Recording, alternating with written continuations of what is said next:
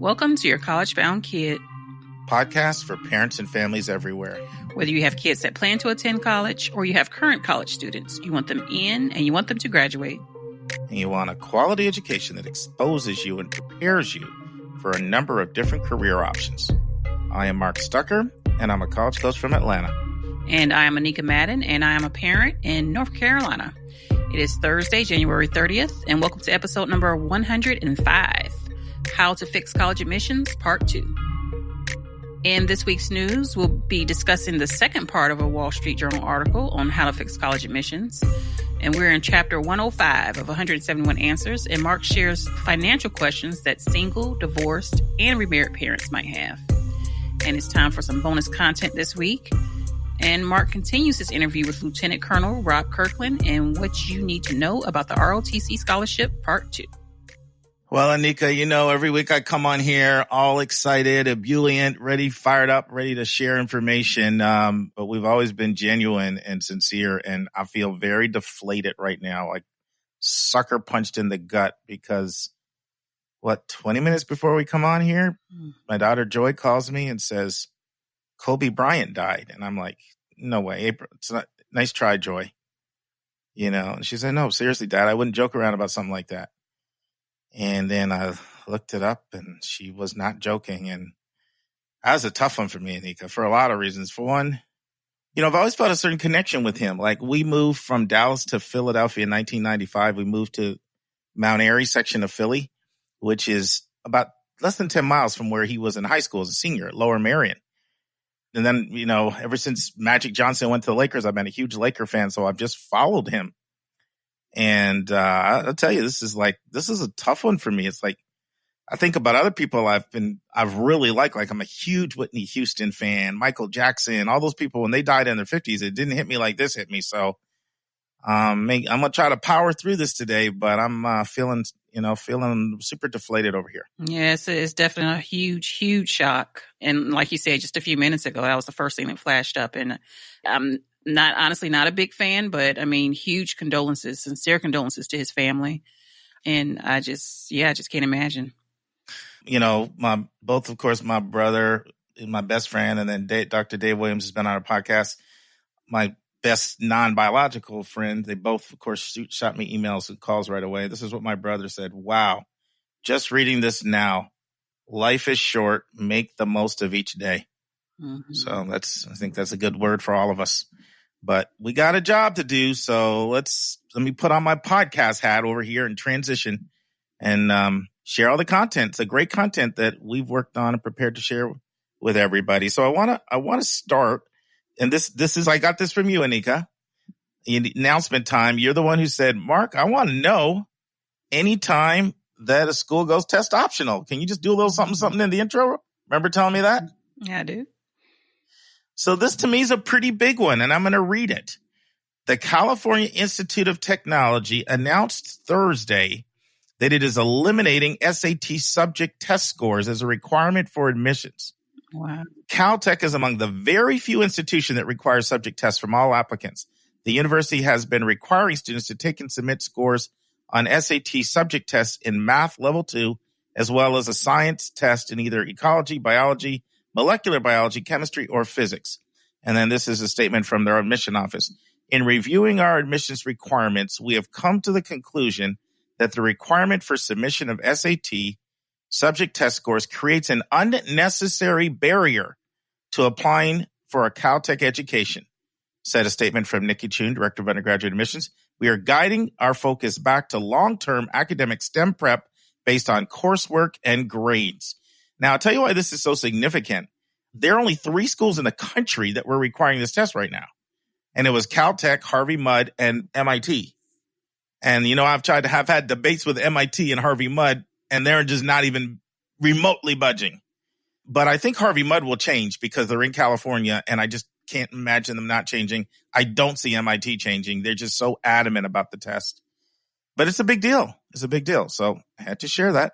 Any thoughts? No, they didn't. Yeah, because the whole talk is around the whole California system, right? Going test optional. Correct. Yeah, we'll talk about that later today. Mm-hmm. But that's, of course, the big one. That's the SAT.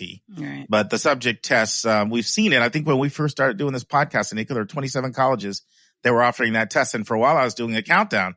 It was down to 15, down to 12. And then now we're down to 2. Mm-hmm. So it's just a matter. I mean, that test is going to, you know what's going to happen? I think that the College Board may end up just canceling it. Of course, it's still a little bit of a moneymaker for them. But anyway, that's a big, big, big story, and I had to share it.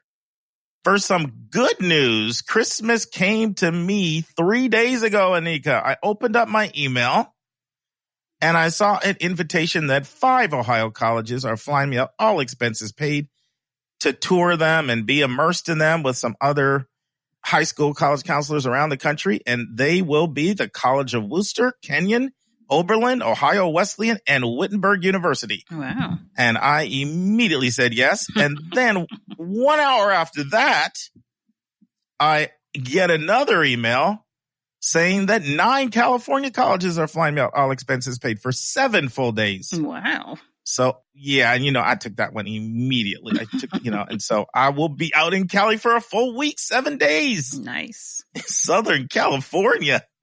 I'm fired up. So that's the good news. And, of course, I will be coming on and doing college spotlights on all of these schools because I will have been immersed in them for a while. So pretty excited about that.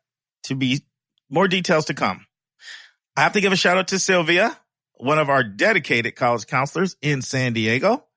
And so this is funny. So you know how we announced that we have our interviews up on the website? Mm-hmm. I'm doing a training session with Stylianos, our webmaster, on sort of how this whole thing works because he's trying to get the comment feature up where people can leave comments. And he's like, you have a bunch of comments. I'm like, what? What do you mean we have comments? I thought this meeting was to set them up. So I go in there, and unbeknownst to me and probably you either, we had a bunch of comments, and a lot of them were from Sylvia. Wow. Okay. So, and they were all great, by the way. So it was awesome. And I do have a favor to ask our listeners. So this may take 20 to 30 minutes, but it will really, really encourage our interviewees. So between now and the end of March, if you could go onto our website, yourcollegeblindkid.com, go to the interviews tab, and any interviews that have particularly touched you, if you could put a little comment there, because one thing that our webmaster does, he set up a share button. So when Sylvia had some of these great comments about interviews, I was sharing them with the interviewees, Anika, and they were responding back saying, this is awesome. Oh. And so you can really make the day of these interviewees, these guests, by putting a good comment on there. Now, we want you to be genuine. Don't be blowing smoke. Keep it 100, please. Keep it 100. Keep it 100. But we have some dedicated listeners that have not missed a single episode. Go back, take a look at some interviews that particularly touched you. Make a comment. Now, keep in mind, I'm going to share it verbatim. So put something there that's okay for me to share with them and make their day and encourage them because they have tough jobs. And there's nothing like knowing, one thing about education, you don't go in education for money. You go into education for impact. Right. And so when you see that you're making an impact in the lives of people, that's what fires you up. All right. That's enough on announcements. So admissions tip. My admissions tip for today is, this is for people who are looking for financial assistance to pay for the cost of college. Do not neglect outside scholarships. A lot of times I hear very experienced people, Anika, say, who wants to fool around and write all these scholarship applications off and get 1,000 here, 500 here, 250 here? You know what I mean? The big money comes from the colleges. Yes, it comes from the colleges. Mm-hmm. But there is some serious money out there. It is not a waste of time. That is a bunch of malarkey. Anyone who tells you that. And guess what? One of my students won a $25,000 one this week. Anika. Wow. Yeah. Shout out to Kayla. Now, she said, Kayla McGee, she said I could use her name on the air. That's the only reason I'm doing it. Congratulations. Yep. She won a $25,000 scholarship because she followed a plan and did what I told her to do, and she exercised it, and she got a $25,000 scholarship. So don't let anyone tell you it's a waste of time applying for outside scholarships, because if you know what you're doing, it's not. That's the tip. And for our admissions vernacular, I had one thing I was going to change, but I'm going to switch that for another week. And I'm going to go with dependency override.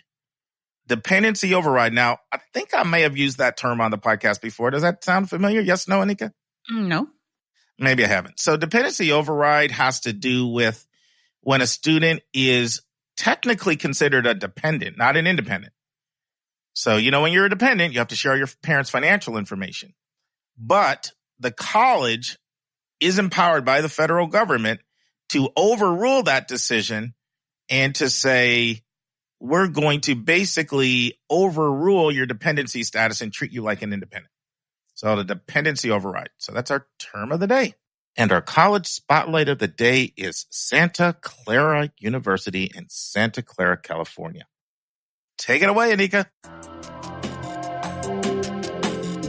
Let's turn to college hot topics in the news.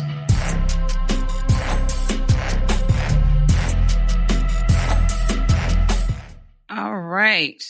The article we are continuing from last week, written by Miss Melissa Korn in the Wall Street Journal, and how to fix college admissions. And so we started with her good 10 points that she collected from several groups in the college admissions world to identify in which ways we could make the system better, fix it. So we start with the first, what do we do? The first 5 points? No, we did the first 4 points. Sorry. We did the first let's tell our listeners what really happened. Okay, let's keep it. If you talk about keeping it 100, let's keep it 100. Anika's podcast partner over here has a talking problem. So you know exactly what I'm talking about. So we were supposed to do 1 through 5. Part 1, 6 through 10. Part 2. We got through 1 through 5 and we'd already taken an hour. Mm-hmm. We did. Because I was yapping away.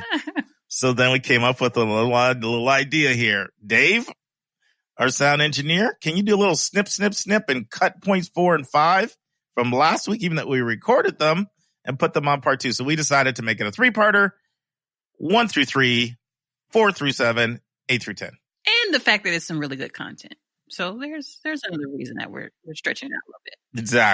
Exactly. The content is really good. There you go. We'll move on to number 4 or 5. We're stop giving athletes a leg up. And I'm just going to say this is a straight up conversation, continuous conversation, not even a starter. Yeah. I mean, we're really dealing with the big issues in admissions. We're like in the trenches, in the weeds. Right. So is your view... Well, let me read this because it's short, and then I'll ask you to comment. So it says, colleges make several arguments for giving a preference in admissions to athletes who are praised for their time management, leadership, and teamwork skills. But colleges don't have any formalized bump to class presidents or teens who work 2 jobs through high school. Some colleges benefit financially from recruiting athletes in high-profile, money-making sports like basketball and football. Yet many schools, even soccer players and fencers, get an edge in admission. The problem is that athletic recruitment disproportionately benefits wealthy students since the elite club sports, we're talking about the crews and the fencing and the diving. I mean, we could go on and on. We've shared all of these different, equestrian, water polo. We've shared these before.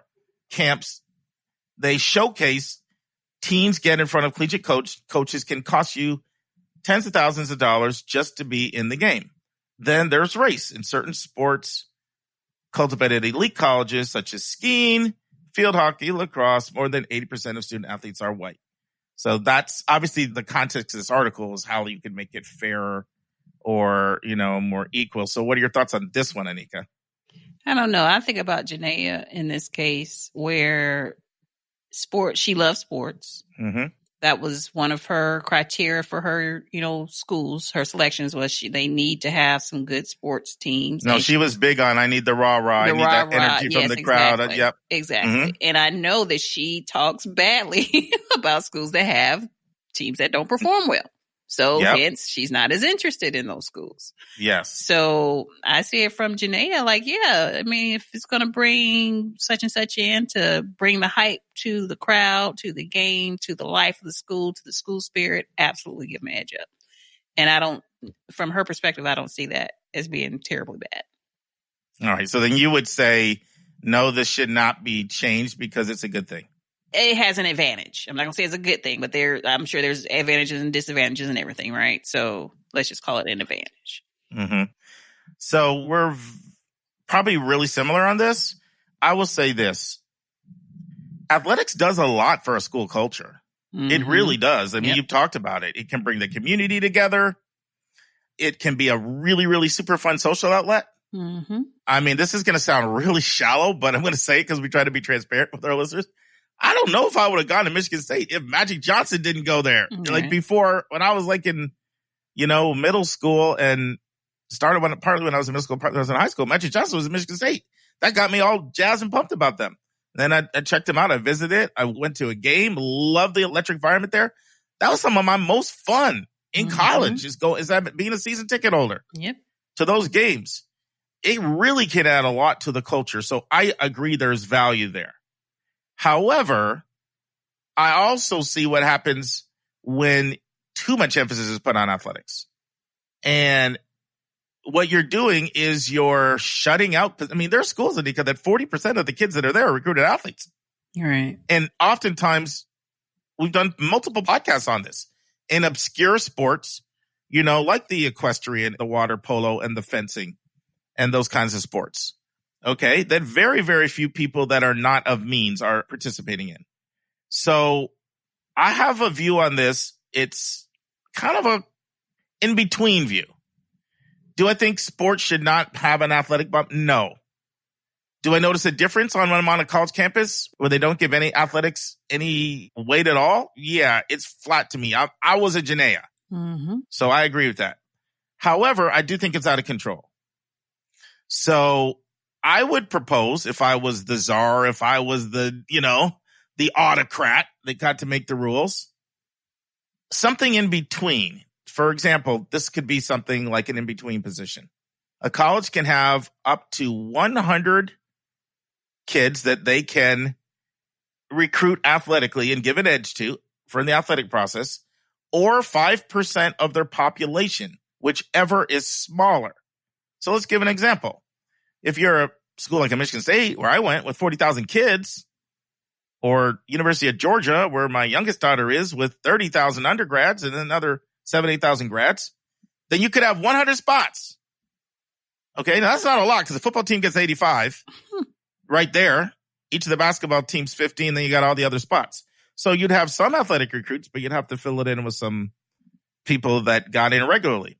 However, if you're a smaller school like a Davidson, where both Anika's oldest son and my oldest daughter graduated from, but we sound old when we say that. You know that, Anika? We do. We used to sound younger when we said we have kids in college. But now we say we got college grads. You're about to have a child in master's program. I'm so okay with You're so okay with it. Next thing you know, you're going to be talking about your grandkids. I'm so looking forward to it. Oh, my God. Oh, look at you. You're ready. I mean, I'm not saying don't do it, by the way. Not in that way. You don't want a phone call to tell you saying. Exactly. But I'm just saying I'm looking forward to the future.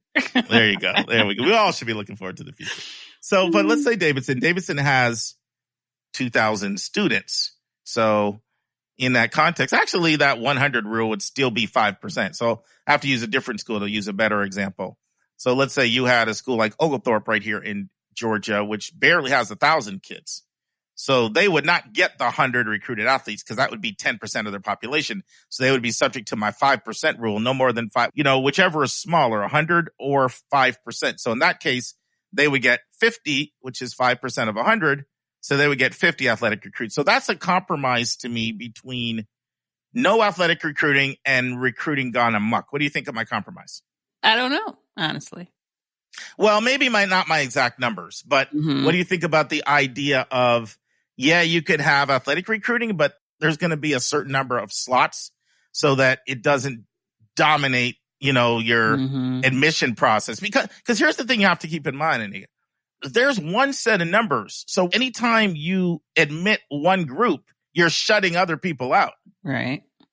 So the biggest proponents of social justice, socioeconomic and racial justice are the people who are against both legacy admissions and athletic admissions because of who benefits and who gets shut out. Right.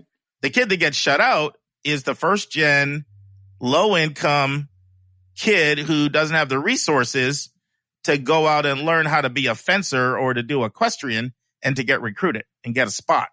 Follow me? So I don't know if you see any in the past when we've talked about that, it seemed like you saw validity to the argument of, I don't necessarily like some of these rich kids' sports taking slots away from kids that have no ability to compete for those spots. Mm-hmm. So I don't know if you're modifying your view on that, or because I know I respect that you're looking at things from another side, but I guess I'm just asking you where you stand. No, I don't know, because to your point about, okay, you said, okay, basketball is automatically going to get 85, and then Football, football is going to get, by the way. So that means 85. Okay, so where's the parity in that then between the sports? Because if you're at a school now, granted, several schools don't have all the fencing, they don't have all that stuff. But what about the ones who do with the football and the basketball? Are you saying that basketball and football are going to have to cut back? So there's going to be an equal amount of spots for everybody? No, it's a great question. No, so let's say you're at a school and let's say you had 100. Okay, well, here's what schools would do if you did have this system. The first thing that they would do is they would prioritize their money-making sports, right? Which are basketball and football. Some schools, women's basketball, some schools, baseball. I mean, there are a few schools where, Maryland's got lacrosse, University of Denver's got lacrosse. There's some schools that have a unique other sport that does well for them. But for the most part, basketball and football are the moneymakers that carry the school. Now, remember, we have Title IX. So whatever you'd have to do, you'd have to have gender equity in place. So if it was 100, that would have to be 50 men and 50 women. Right. Okay, so what a school would have to do in this system is they would have to apportion and decide, okay, where are we going to spend those 50 kids, the 50 men? Okay, if we're going to prioritize our football and our basketball, you would do what other schools do that have football teams like Division III that don't have, well, they have athletic preference. They don't have scholarships. They still have athletic preference. So what you'd have to do is you would say, okay, we're going to give like 20 to football and, you know what I mean, and 10 to basketball, and we'll give 5 to baseball. And then it doesn't mean you don't have a team. It just means you use walk-ons in those other spots because there's still plenty of people that want to be on these teams. Mm-hmm. That's what you'd have to do. So you like it or you don't like it? I mean, I think we should try it. Well, I'll tell you another idea. I'll tell you another idea too that I kind of have. So in my opinion, I feel pretty strongly about this. There is value to a sport when it brings the whole community together. Mm-hmm. So this is the same when I did admissions. When you were an athlete and you came through and I did admissions, in my mind, you got an extra bump I did track. I did track all through high school, and I tracked Michigan State until I decided I want to do other things. But cross country, I'm working with a number of you out there that do cross country. Sorry, track, but especially, it doesn't really bring the community together. You're out running in the middle of the wilderness. So it, to me, is not as valuable to the community as a sport that's a community gathering sport. You know what I mean by community gathering, right? Yes or no, Anika? You mean like huddling in the, we got to do our huddle, or we got to. Guess what? You said that Jayla and Javon are teaching you sports. They need to up their game, or you need to up your listening. I never said that, by the way. I said I'm learning on my own, by the way. Well, you're not learning very fast. Well, you need to pick up the pace of your learning. But here's the thing, though. When you talk about forming community, track does form community among the people that run track. Like, we're talking about community. No, but I'm talking about how it helps the whole institution. So what I'm saying is if you have a sport where the whole community comes together to watch, that to me has more value to how it helps the institution. Yeah, I know. And so to me, that's something that deserves more of a preference. Like, yeah, it helps the whole community that you're running track in. It helps the track team, but it doesn't gather the whole. And I'm not saying it does nothing for the school, by the way. I'm not making that point. What I'm saying, it doesn't do as much for a school as when the whole community comes together for something like a football or a basketball or a soccer, or maybe a baseball, or you might have it just going on at your school. You've got a culture at your school where it's another sport. Like at our school, everybody just comes together and they just come to the gymnastics meets. Okay. So I'm not telling you what it has to be, but one other thing would be to give preference or priority to community gathering sports. What do you think about that? Okay. Doesn't sound like you like it. You're not a little salty over there because it's track is my example. It's essentially the same thing Janae is saying. It's like, I want to go to a game where all my friends are going to be, the whole school is going to be, everybody's going to be dressed in all our colors, and we're going to have a great time. The tailgating, the coming together, all that. So yeah, like she's not necessarily saying that about water polo. You know what I mean? Even. You know what I mean? That's my point. Yes, she's saying it about there's. So my point is, when it comes to sports, not all sports are equal.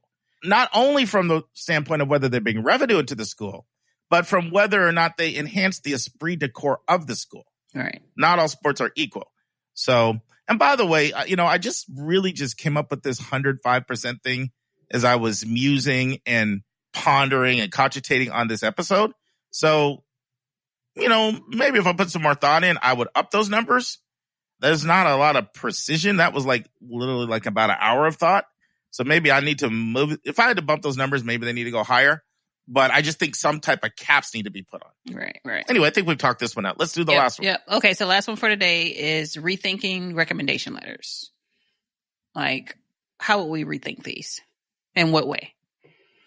All right, so I want to read this one. This is good. Admission officers say that recommendation letters from teachers and school counselors help them to evaluate what kind of classmate and community member an applicant would be. Harvard looks for recommendation letters that describe students with phrases like the best ever or one of the best in years. This came out in the school trial admissions trial that we had last year. Many high schools and counselors supervise so many students that they can't write meaningful ones. Okay? And so what this article goes on to say is that one thing that could be done is that recommenders ought to be encouraged to describe students with bullet point list of attributes rather than flowery and meaningless ones. And then here's the idea I like a lot. An applicant should be able to go beyond just selecting a teacher and maybe having a chaplain, a job supervisor, or maybe even a classmate. And in other words, I don't know if you remember this, Anika, it was a long time ago, but John Bockenstadt wrote an article basically saying that schools should do away with teacher recommendations. I didn't agree with it, but he articulated his view very well. Of course, he was the VP of DePaul for 17 years now. He's at Oregon State. He's a leader out here. And his view is recommendations heavily favor privileged kids in private schools where they know the kid extremely well. And so they can write with great depth about knowing them versus a big public school where there's 1,000 kids in the graduating class and they can't possibly know their kids. And so he's advocated doing away with recommendation letters. This is saying rethinking them and broadening them and giving the student a little more choice. Maybe you have a classmate do it. Maybe you have a job supervisor do it. What are your thoughts? But in some cases, they can do it. So in some cases, they can as an optional. Mm-hmm. But you're saying they're required ones. Yeah. Anytime a school requires recommendation letters, they're going to require a teacher recommendation from a classroom teacher. Okay. They're going to want, I'm going to use a word to reinforce it from today's lesson. They're going to use one from one of your solids. That was our admissions vernacular today. Reinforce it.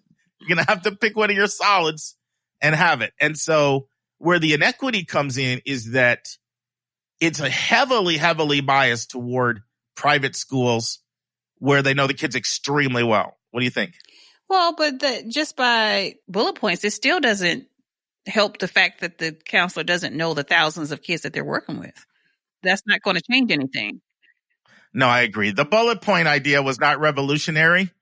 I mean, the bullet point idea will help a really busy teacher this was a whole nother thing we won't get into, but there's a trend out here in admissions letters that's moving toward bullet pointing, by the way. So that's a trend that's starting to happen. It's used to be no, write in prose. And there are a lot of people that are saying, but that's another point. That's a whole other topic for another day. Mm-hmm. But the idea I liked was that a kid has an alternative to use somebody else. But here's the downside. I'm still conflicted on this because colleges are academic institutions and they want to know what you're like in the classroom. Right. And you're not getting that. Right. And you're also giving the student the ability to cherry pick a lot more. Ooh, a lot of times I'll have people come to me can I really have to do teacher recommendation? Can I use my 9th or 10th grader? Because my 11th grade teachers don't like me. And I'm like, we got a problem. So I'm torn on this one, but I do think, let me speak from an admissions side. Admissions is about risk reward. When I'm working with a school and they know the kids extremely well, that's a huge advantage that kid has because my risk is diminished. Because let's use boarding schools because both your kids went to boarding school. I worked at one for 9 years.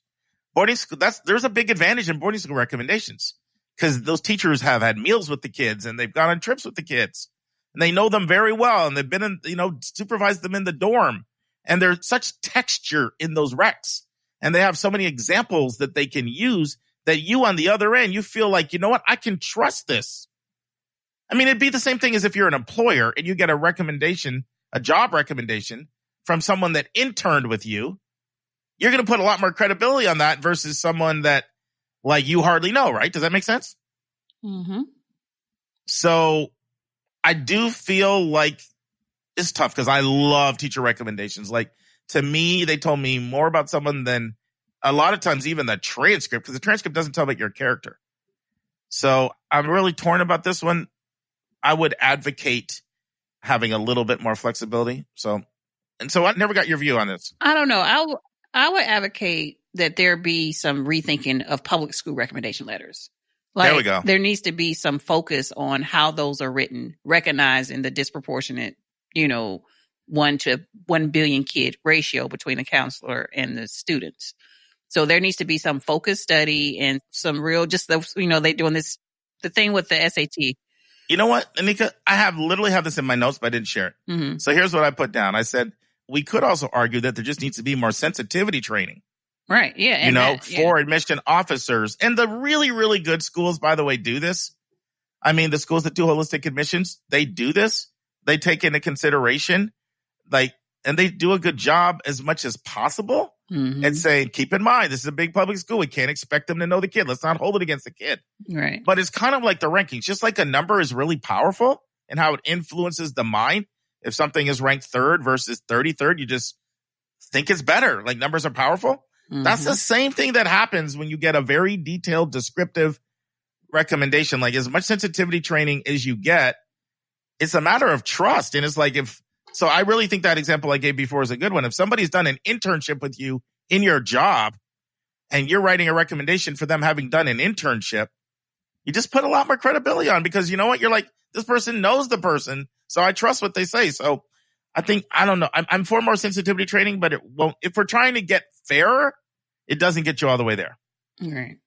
I agree. So I said all that to say, I'm still internally processing this one.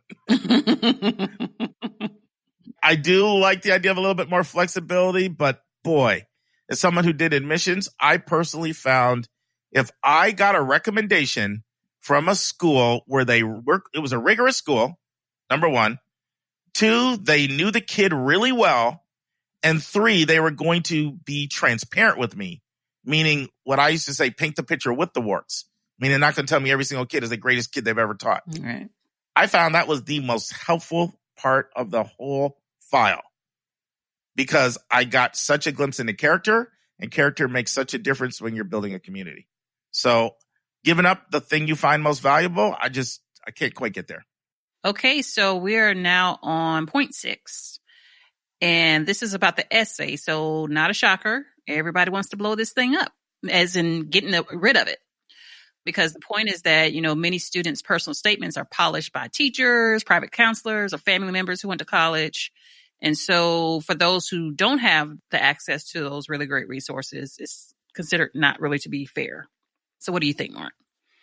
So what do you think? I'm going to ask you to show a little poker, show your hand first, and then tell what do you think? Well, I don't know. I think, because I know we brought up the point of, some sensitivity training, for the admissions folks that are reading these things. And, well, that was about recommendations. That was about recommendation writing, right? When we talked about the sensitivity training. Well, and it could go within this too. I mean, it's essentially almost the same. It's writing, on the part of the student, on behalf of the student. So I kind of don't know. If we had that, I think there is benefit to an essay, because I'll tell you, when we went through the exercise with Jalen, when he was writing his essays, it really helped him identify what he really wanted. And so it was an internal exercise for him to really be clear on his goals and what he was really and truly going after. I'm not saying everybody has that pivotal life-changing moment, but we certainly did. So, and that was a huge advantage for him, just to have to go through that exercise. All right. Well, I think this was one of the best ideas, even that would be terrible for my business, because a huge part of what I do, a huge part of what I do is work with people on their essays. college specific and personal statements, right? But I think it's such an advantage. Remember, the whole context of this article is how can we make admissions more fair? It's such an advantage to be able to work with somebody who really knows what they're doing. And the difference between the final product and what they bring in initially is like night and day. And so because this process so advantages the advantaged, in the context of making admissions more fair, I think this is a brilliant idea. This is what Brennan Barnard, of course, we've had him on a podcast twice now. And you know, I used to work with him from 01 to 04, and now he's gone on to write for a number of different organizations, and he's a college counselor. We've had him on the podcast recently, episode 100 with Rick Clark. So this is what they quote Brennan in this article. It says, many students' personal statements are polished by an English teacher, a private counselor, or a family member who went to college. Applicants who don't get such assistance can suffer by comparison. Brennan Barnard, director of college counseling at the Deerfield School in New Hampshire, suggests schools avoid this problem by giving applicants 1 hour to answer a randomly generated essay prompt. I think that idea is brilliant, Anika. Here's what you could do. You could either incorporate it as part of the visit.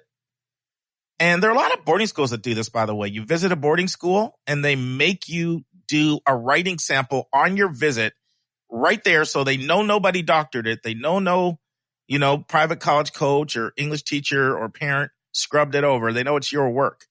But remember, not everybody visits. So the other thing that you could do is you could have centers all around the country, similar to like test prep centers where people could just go right in their area, 1 hour proctored, and go ahead and take it. And what I think would be great about this is that it would level the playing field. It really would. Now, there'd be a lot of blowback, right? Because people would say, this is going to add so much stress, so much pressure to the process, because it's going to be this heightened 1 hour where you can do it now in your own context of your own time. So you're adding stress. That would be some of the feedback that you'd get. But I'm reminded of a comment that another guy named Mark, who was a colleague of mine at Westtown, said. Was a soccer coach and a math teacher. And I remember him saying this. He said a lot of people here act like stress is a bad thing and they're trying to get rid of all stress. He said, but stress is actually a good thing. It's the first time I've ever heard somebody say that. Stress is actually a good thing because life, here's what he said, life is stressful. So you're actually preparing people for life when you have some stress. And first of all, what do you think about that? Because I actually thought that was a good idea. Never had anybody say that to me before. Well, I kind of sort of get with that, but not for 1 hour. I would suggest for a 4 hour slot. Because you got to think about the kids who aren't good writers. So again, you're not giving them a level playing field, right? Because you still got kids that get better coaching or teaching or whatever. So, if you were at least given 4 hours to write something, then okay. 1 hour seems a little bit short to me. I'm for the 1 hour. I actually like that. These are not that long. We'll put it this way. The goal of this should be to figure out how the student actually writes, not how well like a paid consultant or a talented high school counselor can coach somebody to bring out what they know the colleges are looking for. You know what I mean? And to help them with grammar, punctuation. Yeah, but you got some highly skilled writers that don't write within an hour. Yeah, but I don't know. Well, we're not going to grade everything, Anika. We grade 90%. So one of the reasons why I like it, and remember, the boarding school I was at, we did this for international students. We didn't do it for all Americans, but we did it for international students. We made because for one, we didn't know if we were seeing their real work when they sent it in. So we made them go into a room and do a writing, and they had a half an hour actually. So the reason why I don't think it's bad is because no one's going to expect like Shakespeare because, colleges will adjust their expectations if you make it an hour. If you make it 4 hours, you're going to expect even more of a masterpiece. You have 4 hours, you better produce something really, really good. So, and that would just be hard even with time and logistics. You're already doing an ACT or SAT for 4 hours. So, I just think that I'm mindful of the fact that when you look at the college process, there are 3 parts that are extremely stressful. Test scores and the essay are the big 2 for people that don't need financial aid. And for people that need money for college, I would say it's the test scores, the essay, and the money part. Those are the three parts of this process that are like, uber stressful. I just think that this would help level the playing field. And I would be an advocate of it, even that I'm sure I'd lose a lot of business. I'm trying to talk about what's good for everybody. As long as the system... 2.5 hours. 2.5 hours. So now we're going to negotiate the time on our podcast. Yes. How about 2:15? How dare y'all give those kids 30 minutes? That's so wrong. So, but apart from the time, the reason why I like it is because two reasons I would like it, actually. One, colleges would see more closely what the student writing is actually like. And two, it would, decrease some of the gap between the haves and the have-nots. And so I know someone's thinking, well, this is awfully hypocritical because why would you then be involved in really assisting people in the writing and you're saying this bad thing? So here's how I look at that. Okay, there are a lot of things in life that you just need to do in order to get where you're trying to go. Like I tell people, there are all kinds of people that could do really, really, really stellar work at certain jobs that require a college degree that don't have a college degree. But you got to get a college degree just to get in the door for a lot of jobs. And the same is true for a resume. There are a lot of jobs that, require a resume where you could do a great job with that one, but you just got to do the resume to even get in front of people. So as long as the rules are what they are, I'm going to help people in whatever way I can help them. So I don't think it's hypocritical on my part to say, yeah, I help people on their essays. It's a huge part of what I do. The college-specific essays and the school and the main personal statement. And I know the difference between what the work looks like when it comes in and when it goes out the door. And it's a huge advantage. But as long as the system is the way that it is and people care about education, then I'm going to help access them to education. So do you think I'm being hypocritical? No, I don't. Business. You said that kind of weak. That was kind of a weak Anika. I don't know. You're already kind of down about the Kobe news. I'm not going to punch you again in the gut. Well, I'm just saying, we get so many great emails every week. I want everybody, that listens to this, for those that are planning on emailing us anyway, send us your vote. 30 minutes, 1 hour, or 2.5 hours. Let's see what the people got. You hung up on that time thing. I really am. I'm not hung up on the time thing. I'm talking about the basic concept of would it be fair?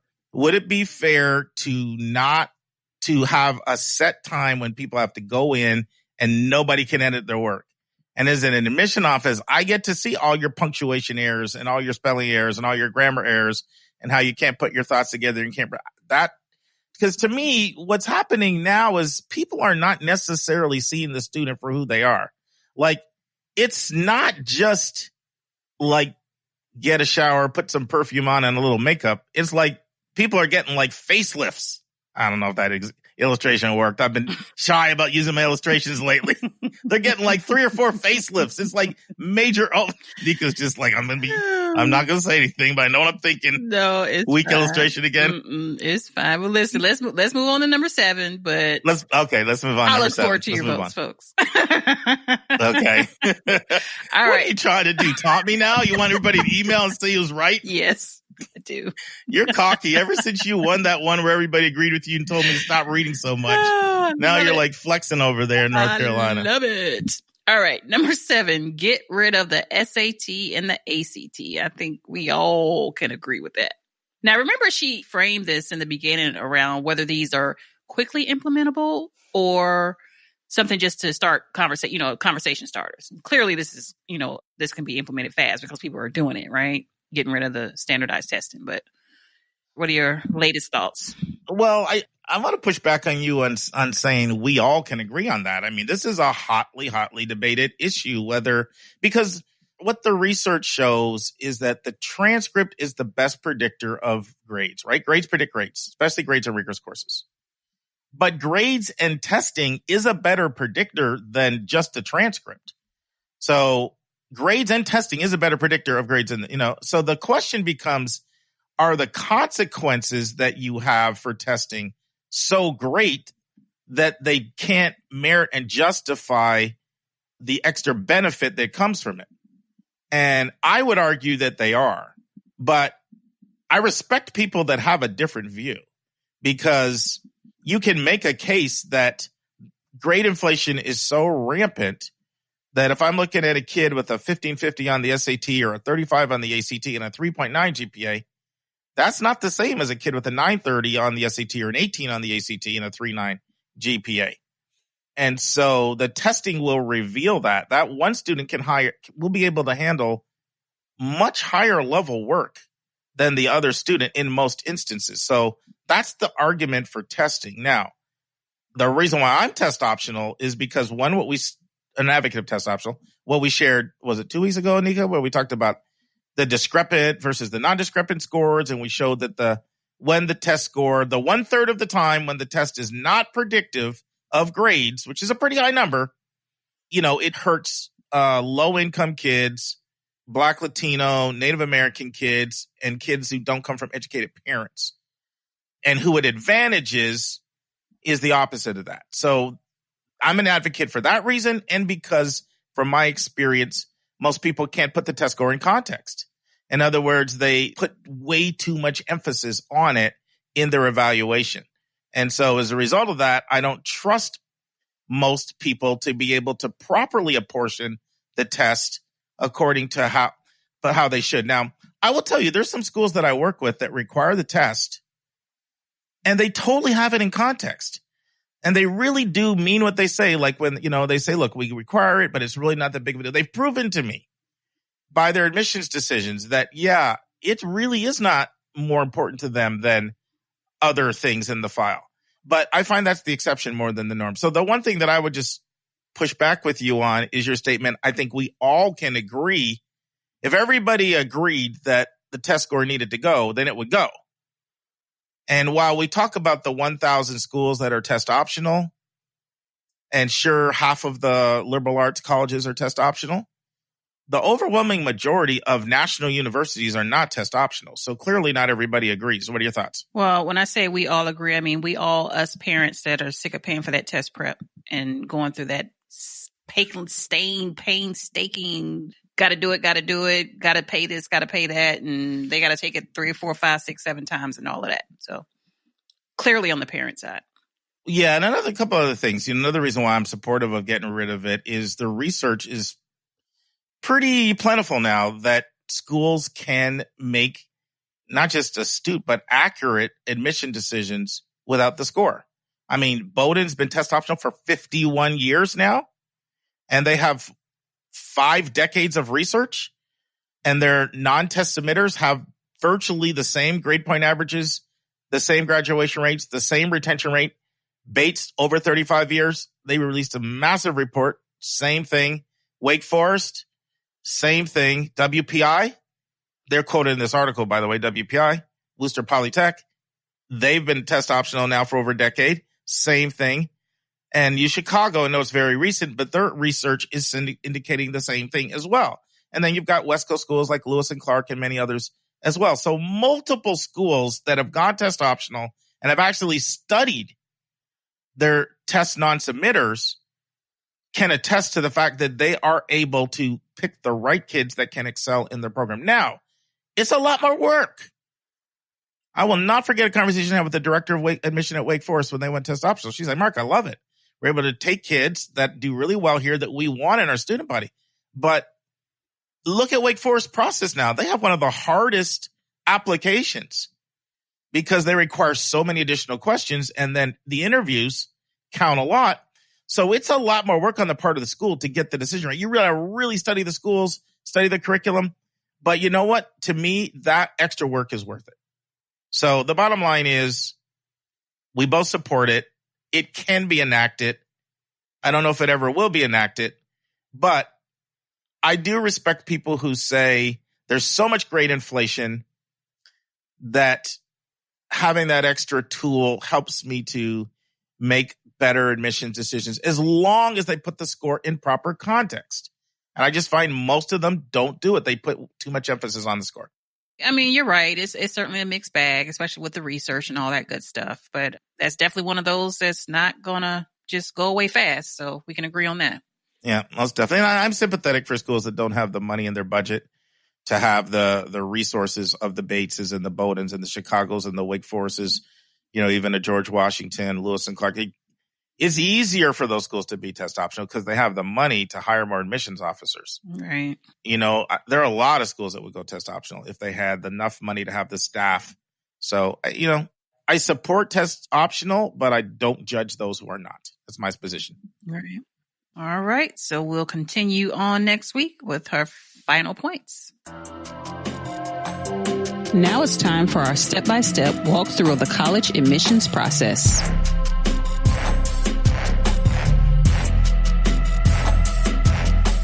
Okay, friends, we are in chapter 105 of a book that I wrote called 171 Answers to the Most Asked College Admissions Questions. And this chapter of the book is entitled, What Kind of Financial Aid Questions Might a Single, Divorced, and Remarried Parents Have? Anika, you've read the chapter. What were your thoughts? Yeah, well, you got a list of really great questions. So can I just call out a few and we just go through them? Sure. Yeah, before you do, let me just add a little preamble. Mm-hmm. So there are a lot of people that just don't fall in the traditional category of two-parent family, right? Right. Both parents are together. Like that's in so many places, that's not even the norm. Right. So it's not quite cut and dry. Okay, both parents are together, they're living together, they're married.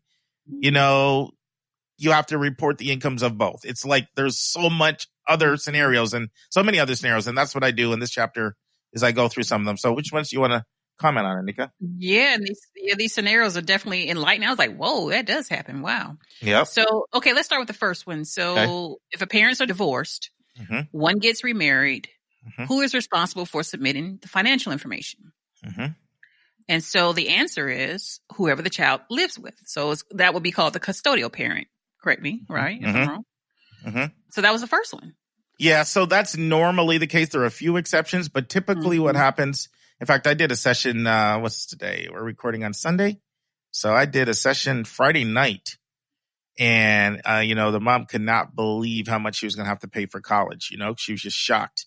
And mm-hmm. it's a single mom, but she makes really good money. And she'll still get a little bit of financial aid at really expensive schools, but not that much. And I said to her, and by the way, don't get married over the next few years because, if you do, the stepdad of your child's income will also be calculated. And she said, don't worry, that is not going to happen. I'm Mark. I know I'm getting all in people's business. Is that what you're saying? Is that what you're saying? Lady, please, if you find love, get married. Thank you. Okay, Mark. Now let me tell you why I said this. So I had this client, this is about 6 years ago, and she had no idea how this worked. So she's paying single mom, kid is at University of Miami, and then she's paying a decent amount of money, but she's getting a nice amount of financial aid. And then she got married, and then all of a sudden they had to pay like crazy money. And she's like, what happened? Because most people out there don't know that. And they wish that they knew it. Because some of them are like, I could have held off marriage like a couple more years rather than pay an extra $40,000. Well, but let's go ahead and get into these scenarios, though, because that's what makes it interesting. Yeah, because the next one is that you have parents that live together but are not legally married. And guess what? They're treated just like they're married. Correct. Because they don't let you get around the whole thing saying, well, you know what? We'll just shack up, just to avoid paying. That doesn't work. Yep. Keep it moving. What else we got? Okay, the next one is parents aren't legally separated, but they still live in the same house. Yep. And what's the verdict there? So treated like, wait. Now this one says, okay, let me read this again. Okay. Parents are not legally separated.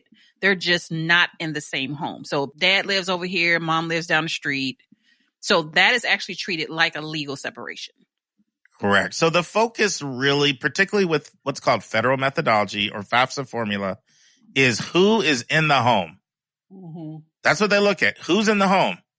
Whether it's legal separation or separation, who's in the home, And some of the other scenarios you're about to share, Anika, are the same thing. Right. Who is in the home? So there are a couple more. Why don't you share a couple others? Now, but wait. Before we do that, I hate to put any thoughts in anybody's mind, but how do you prove that somebody lives in the home if you're not legally married? Like, how can they say Richie's there? Well, first of all, let me just say this. There are so many places in the financial aid forms that require integrity.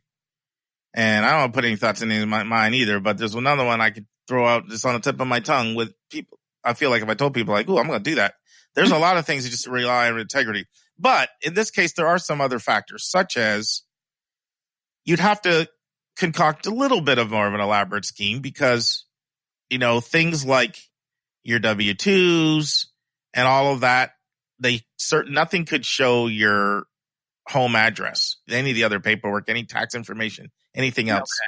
Okay.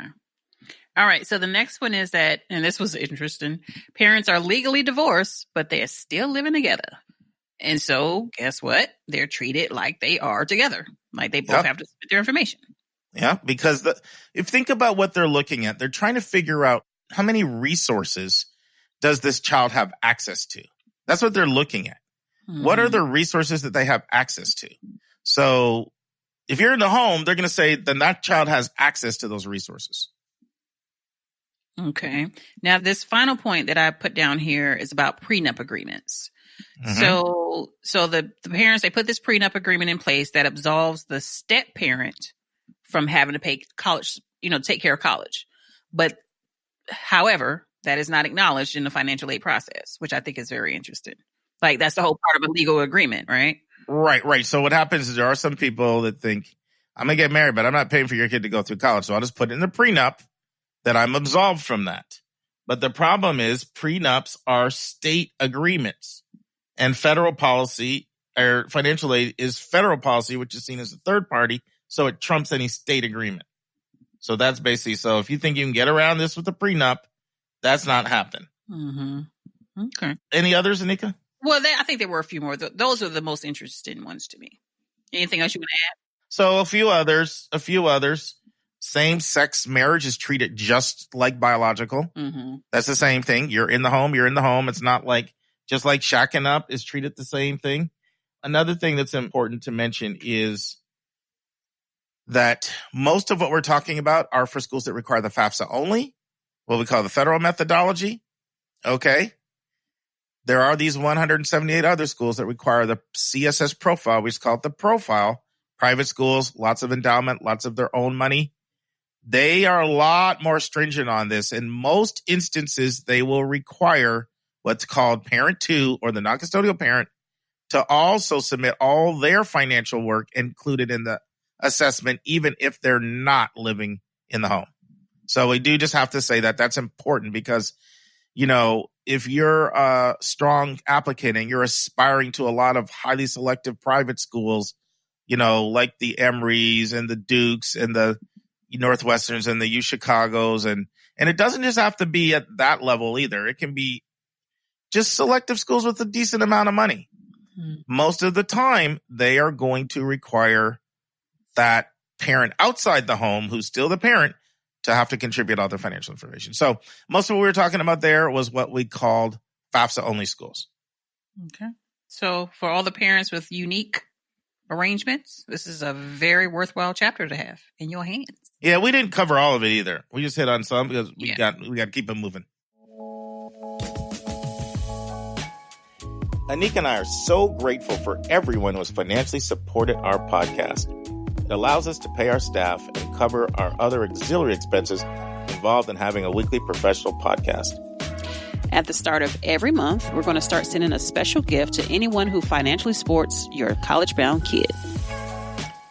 I will be sending our donors this bonus content once a month directly to your email. The bonus content will be between 10 to 15 minutes in length. Usually it will be a college-related topic that I'm passionate about. Occasionally, it'll be another bonus hot topic in the news segment. Sometimes it'll be an answer to a question that one of our listeners submits to us via email. And you'll receive these monthly audio blogs for a gift of any amount. We know that $5,000 to one person is $5 to someone else, and we don't want your budget to be a hindrance to you receiving this additional bonus content. So if you want to support our show, just go to yourcollegeboundkid.com and click the donate button. And if you've already financially supported our podcast, you will automatically start receiving this bonus content via your email. This bonus content is our way of letting our financial supporters know in a tangible way how much we appreciate you. And if you have any questions at all about our monthly bonus content, just send your questions our way. That's to questions@yourcollegeboundkid.com. Once again, questions@yourcollegeboundkid.com. All right, this week we've got bonus content time. And so, Mark, we're going to talk about this report. We've touched on it before, I think, is what we said. And so it's called Turning the Tide, Part 2, How Parents and High Schools Can Cultivate Ethical Character and Reduce Stress in the College Admissions Process. I'm going to go ahead and let you take that joker off, John. John, I called you John. I just kicked him out of my room. Maybe that's why. Oh boy. Well, in the Bible, there was the Mark in the Bible. His real name was John Mark. So that was your little subconscious there. And I did go to church today. Especially because I was named after him. There you go. So I'll cut you some slack. All right. So let's talk about this. This is really important. I've been wanting to talk about this for some time. And it just, every time bonus content came up, for our first time listeners, or even maybe our relatively new listeners, we take a question from our listeners in the third part of our podcast every week. However, every fifth week, like even numbers like 100, 105, 110, 115, I just do bonus content and I share something that I think you all should know about, something that's kind of on my heart. And so for this week, the bonus content is looking at a really important piece of work. So the Harvard Graduate School of Education, a while ago, like around 2012, 2013, they started really, really getting concerned with how college admissions is distorted and it's not reflecting the values that it should reflect. So they put together a team and they called it the Making Caring Common Project, a team of educators. And the team of educators decided that they would produce 3 different reports. So when the first report came out, we talked about that in some depth. That one focused a lot on mistakes admissions offices are making and how admissions offices need to really change a lot. And that was over a year ago. And then this is the second version that came out. And the name of the report is called Turning the Tide. So there's Turning the Tide Part 1, and now there's Turning the Tide Part 2. And so just the essence of what these reports are trying to convey is that there needs to be more focus on character in the college admission process. And there needs to be more focus on valuing students that have a genuine concern for others. People who care about the common good. That's why it's Making Caring Common Project. I think it's just the name. We want to make caring common. It's a great name, actually. I love it. And another thing that they want to focus on is more equity for under-resourced and disadvantaged kids. They're very concerned about the gap between the well-resourced and the under-resourced. So that's a big concern, what they see happening out here. And then another concern, and this is a big one, is they want to decrease what they call the damaging achievement-oriented culture that exists in so many high schools. So initially, 50 colleges immediately embraced the results of their first study. More people joined on. And so there was great eagerness because the first report really hit a home run. It hit it out of the park.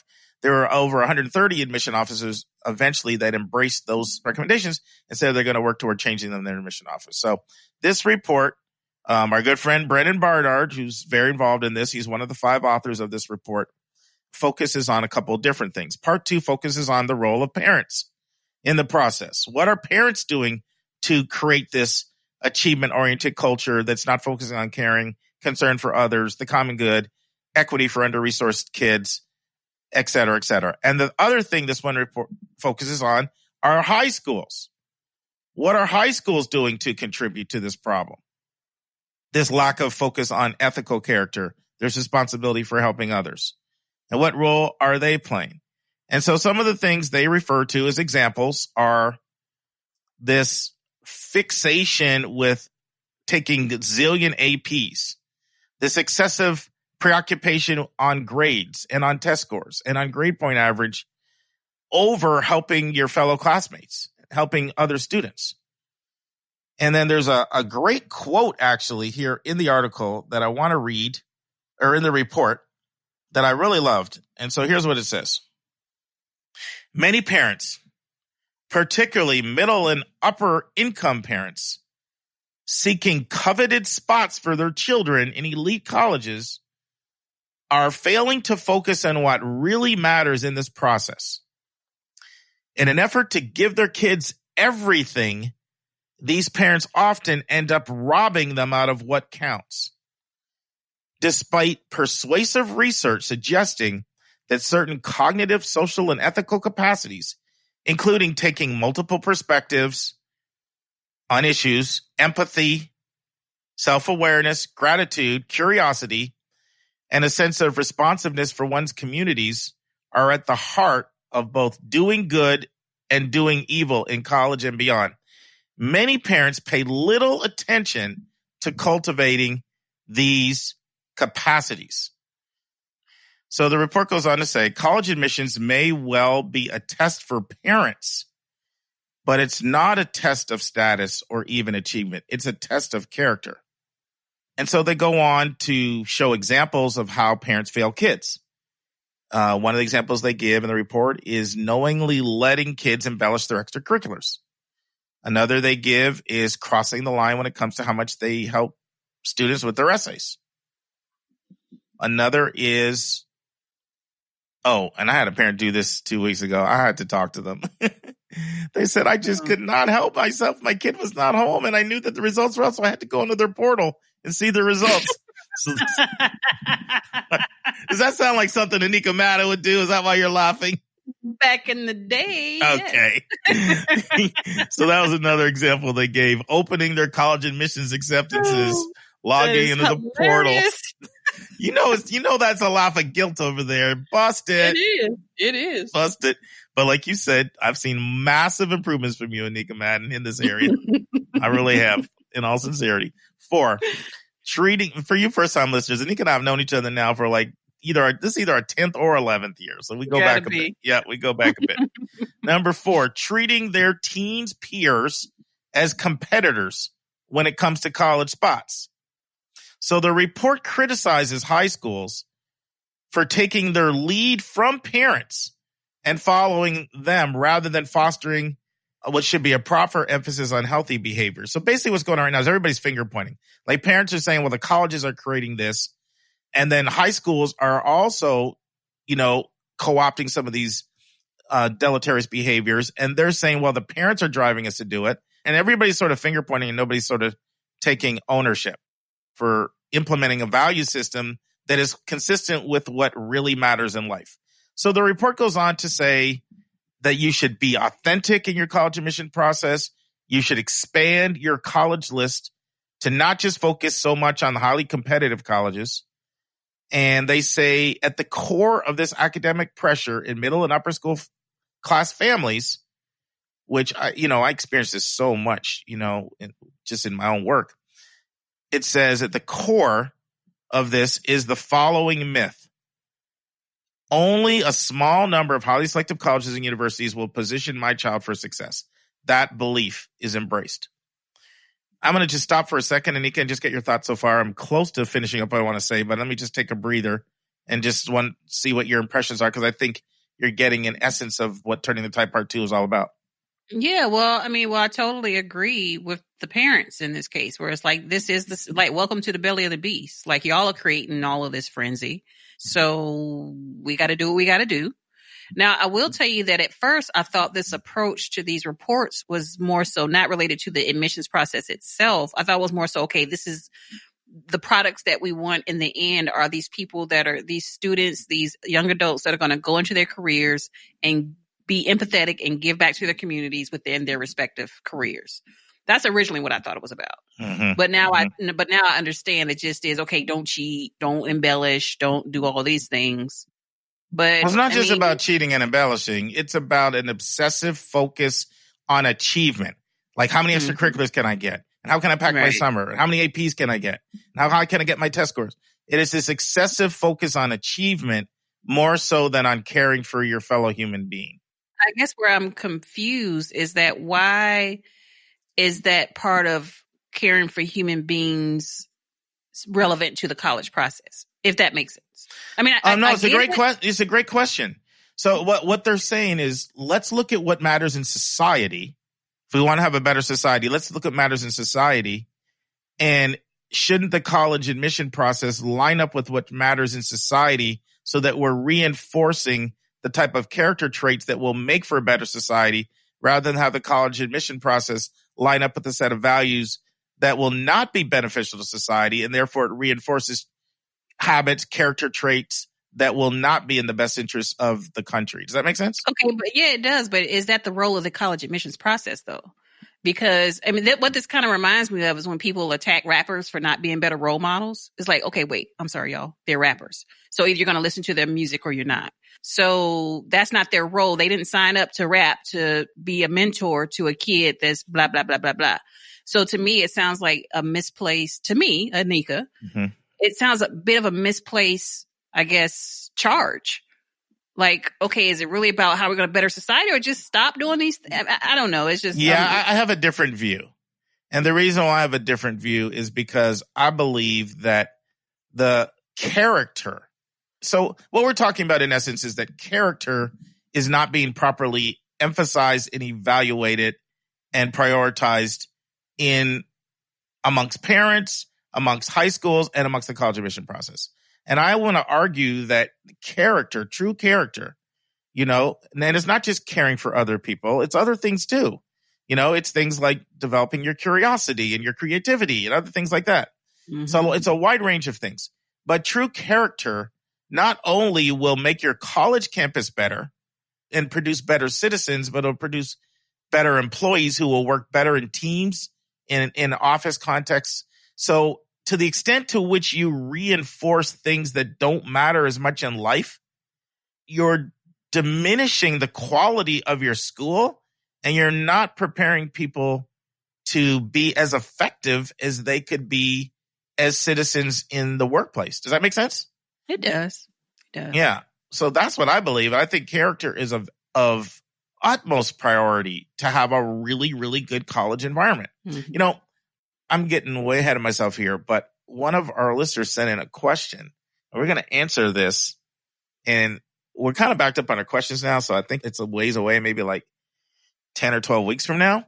But the question, it came in and it said, how can I send my kid to a college and know that they're not going to turn my kid into a jerk?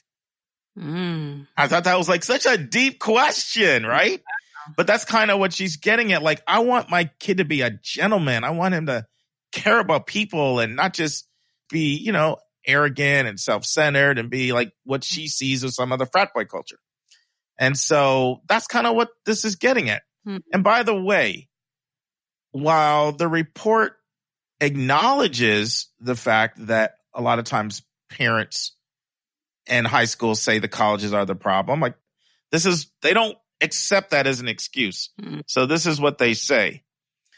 We receive some blowback from parents in high schools who say, we are calibrating on how much we should emphasize ethical character versus achievement from what the colleges value.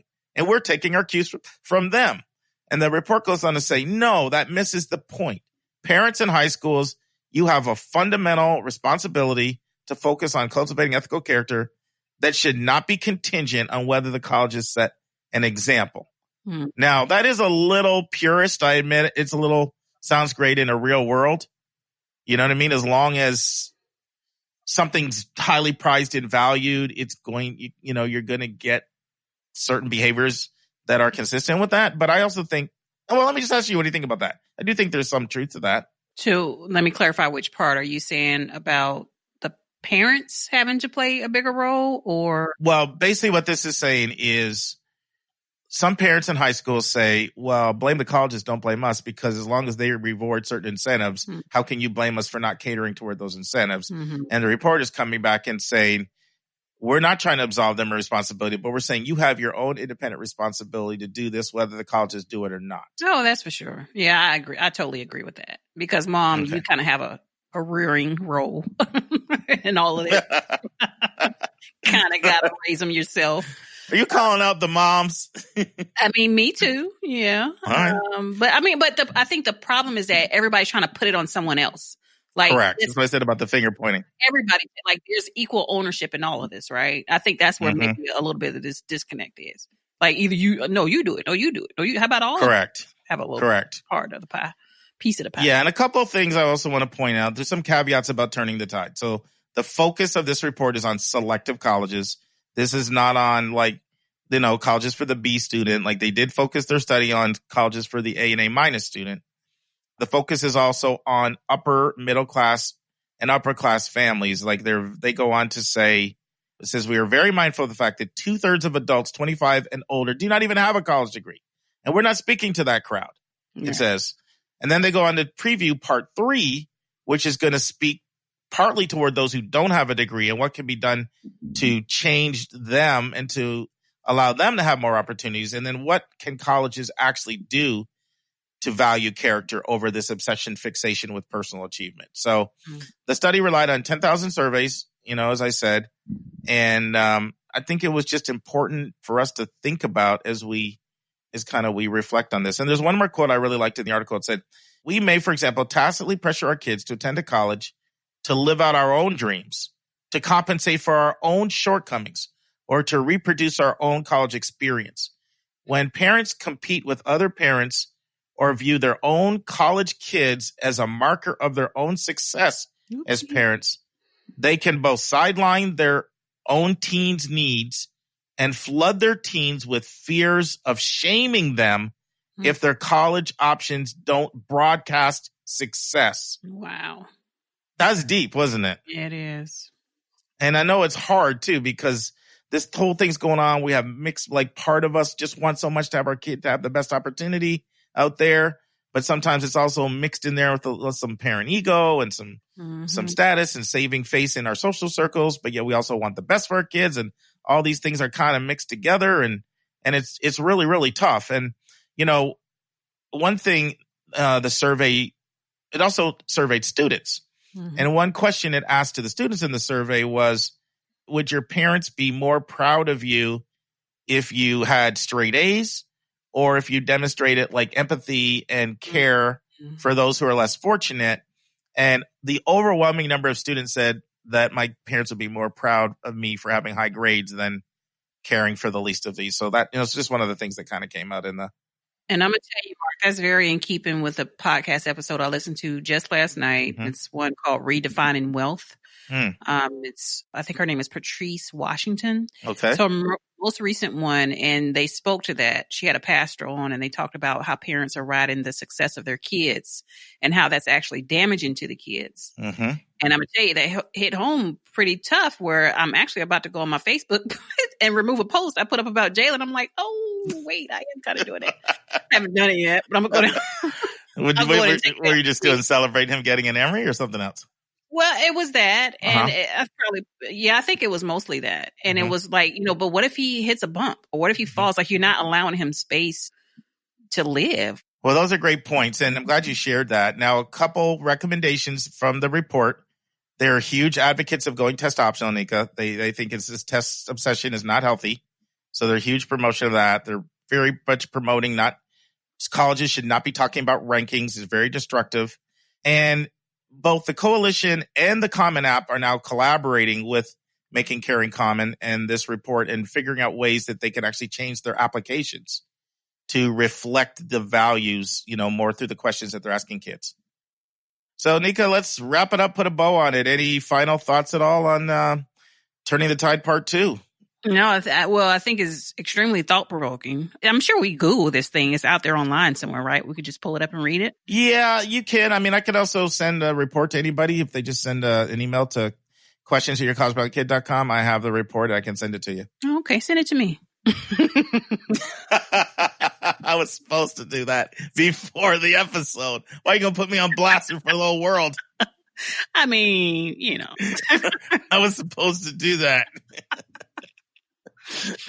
Oh, good. Oh, showing all my foibles to the whole world.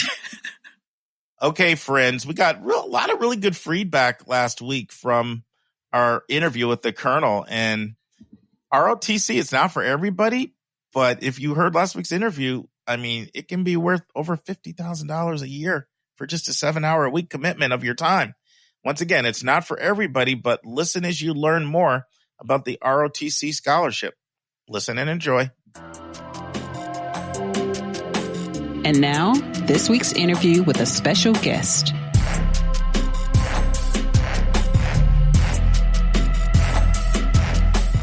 So I want to come back to this qualification one more time. When we talk about some more qualified than others, are we talking about their times in physical fitness activities, or are we talking about things like grade point averages or character assessments? I mean, what metrics are being used to determine who's more qualified than others, or who gets it for the Navy versus who doesn't get it?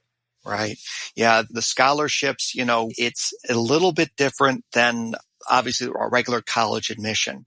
I noticed in your previous podcast, I believe it was the 7 tips that admission officers give to people that are applying. I think it was on your recent podcast that you did. Yes, deans. Yeah. Things people don't do that don't know. Yes. Mm-hmm. Right. And one of them was certainly the interview. I think I got to stress to your listeners that the interview is even more important with the ROTC scholarships. As a matter of fact, the Air Force, it's close to 50% of the selection is the interview. The Army ROTC is approximately, it's in the 40%. And the Navy really doesn't give out a percentage of what the interview is, but I know it's very, very significant. So the first thing I would tell your listeners is that you got to do well in your interview. And the interview is done at your local ROTC unit. So it's usually done by, a senior administrator in the ROTC.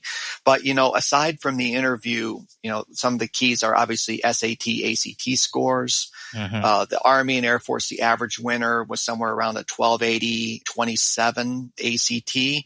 Mm-hmm. The Army is super scored. The Air Force is best sitting.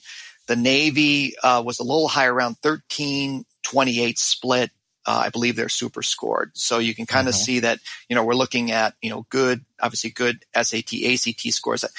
And I want to just emphasize that, you can get a scholarship below those scores if obviously you do well in other parts of, if you do great on the interview, you may, get a scholarship with below those numbers. The GPA around a 3.7. And a strong high school, curriculum. Mm-hmm.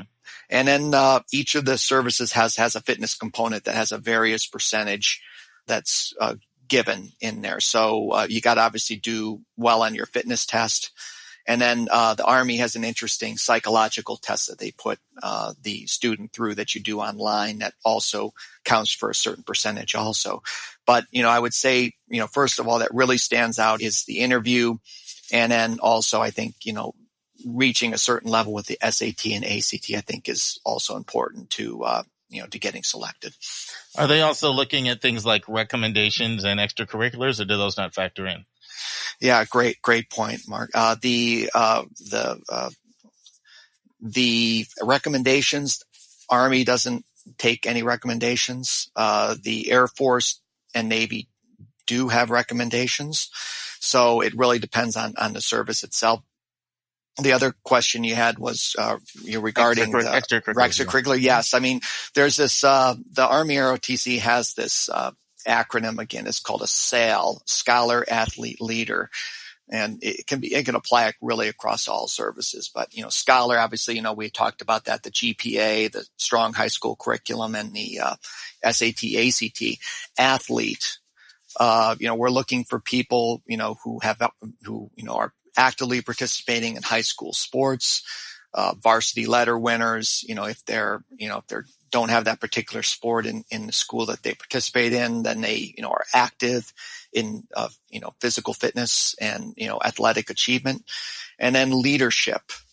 So we're looking for, people who want to be leaders that are out there leading other people, accomplishing things, working in their community, student government, things like, Eagle Scout or Boy State or Girl State or, Girl Scouts and things like Civil Air Patrol. And so we're looking for people that are really well-rounded scholar athlete leaders who, can make an impact and be that kind of leader in the service that we're looking for. Do they look at all at your intended or declared major? Does that play a role at all?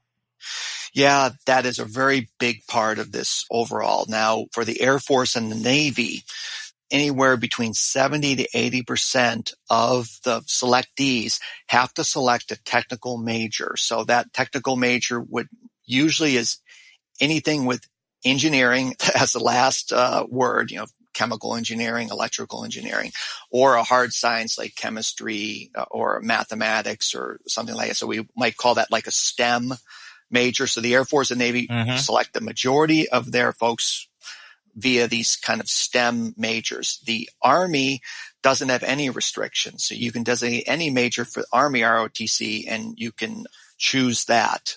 And so that, I think, can be a significant determiner in some ways because, you know, if, for example, you get selected on a Navy scholarship and you're selected and you say on your major that you want to be an electrical engineer, the Navy ROTC is going to hold you to that major. So if you suddenly you get to your freshman year and you fail out of calculus or you fail out of, they can take away your scholarship. So that's the same thing with the Air Force. A lot of pressure.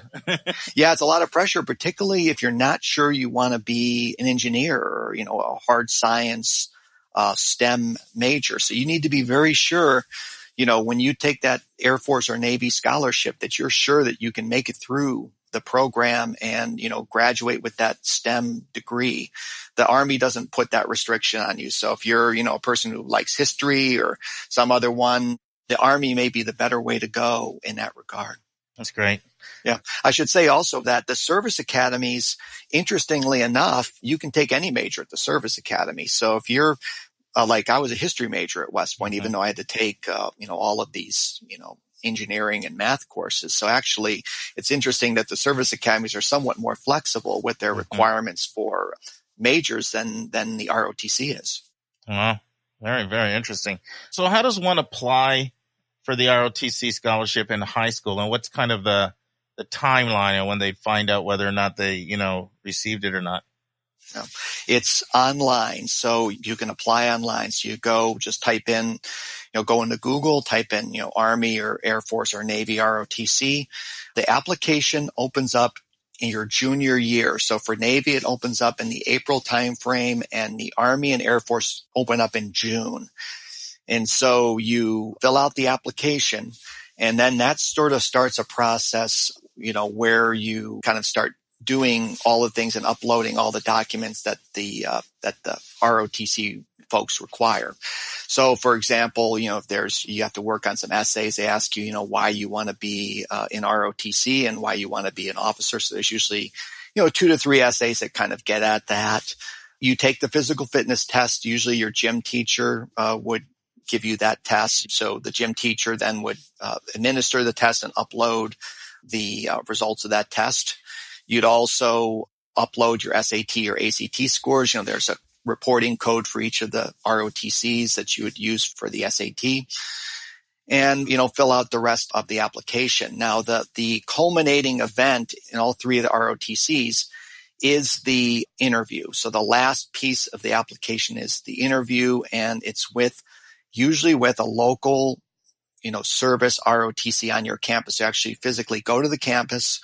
You sit down with an officer and you interview. And the interview normally is between 30 to 45 minutes. They ask you about why you want to join ROTC and why you want to be a commissioned officer. And that interview is then written up by the officer and then included in your application.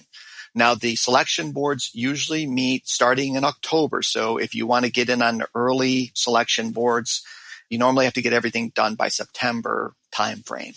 But these boards run the senior year up until like the end of, the application needs to be completed usually by the end of the calendar year, but the boards run usually until February or March.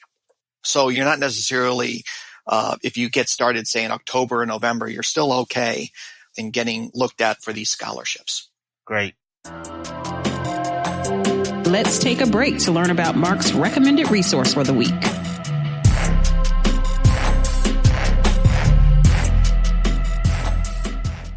The recommended resource for episode 105 is Wikipedia. Now, I know a lot of you are probably thinking, how can an open source, ad-free, community-driven, even though it is moderated, source of info be something I'm recommending? Well, a 2005 study by the journal Nature found Wikipedia roughly as accurate as Encyclopedia Britannica. And much more recently than 2005, a group of German researchers set out to test this. and see just how accurate Wikipedia is. They analyzed data on drugs, drawing every piece of relevant information, as well as references, revision history, and readability. Their conclusion is the accuracy of the drug information on Wikipedia was 99.7% when compared to textbook data. So how do I use Wikipedia? I have so much respect for history. History really does explain the present. And I find that Wikipedia's historical information on colleges is often more detailed than what I'm able to find on the website itself. So the recommended resource for episode 105 is Wikipedia. We will now return to my interview with Colonel Rob Kirkland on ROTC scholarships. And then I should say, Mark, then after the board meets, say, the October board meets, say for Army or Air Force, normally after the board concludes, in other words, the selection board concludes, usually 2 to 3 weeks afterwards, you get a answer whether or not you received a scholarship or not.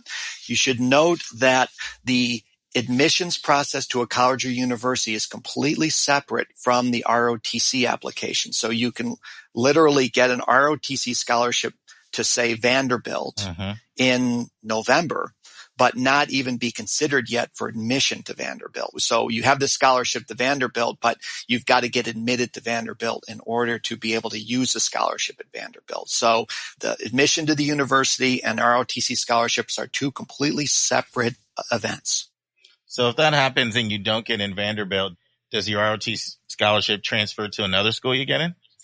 Right. Yeah. What you would do is you would submit a letter with your admission to that other college or university and request a transfer. Now, the Army and the Navy, they base their scholarships on the school. The Air Force, on the other hand, is one where they just give you the scholarship and you just got to get into some place that has an Air Force program. So the Air Force is kind of more flexible than the Army and Navy on that.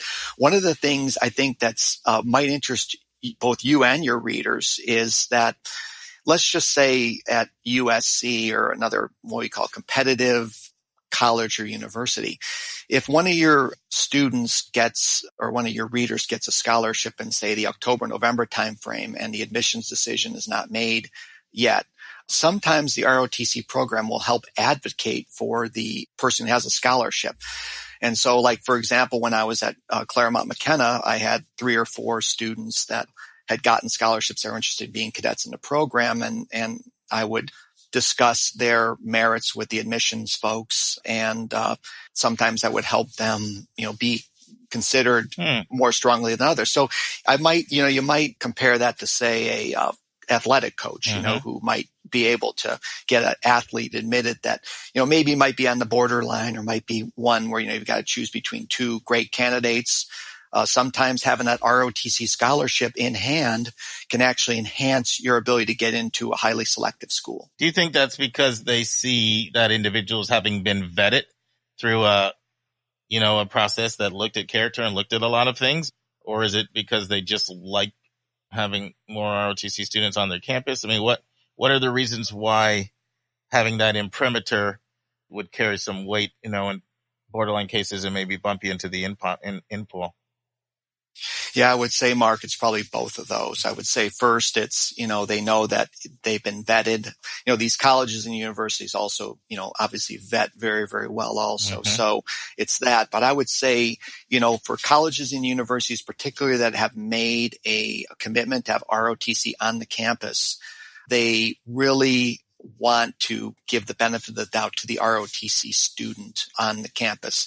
And it's also part of a diversity, piece also too, because you want, military representation on the campus. It helps broaden the campus environment and kind of give an understanding to that. So I think, it's one of those things where this doesn't apply to all colleges and universities, but particularly, at least what I've noticed, private schools who have, kind of more latitude in who they determine becomes an admitted student. And particularly if they've, invested the money, time into the facilities for ROTC and the support for ROTC, it's of interest to them to make sure that their ROTC programs on campus thrive. Oh, that's great. So there's no such thing as a free lunch. We all know that, you know, so nobody's giving you tuition and room and board and everything for 7 hours a week. So, let's get to what the service obligation is after you graduate and you receive an officer commission. Right. Yeah. That's, there's always a sticking point in everything, isn't there? So, it's 4 years active duty and then 6 to 8 years in the Guard or reserve. Most of students go on active duty. The Army has probably the most ability to be able not to go on active duty, but to serve in the local Guard and Reserve. I believe the Navy doesn't have any opportunity to go in the Guard and Reserve, and the Air Force, I think, has limited ability to go in the Guard and Reserve. So most of your cadets are going on active duty and they're required to serve 4 years.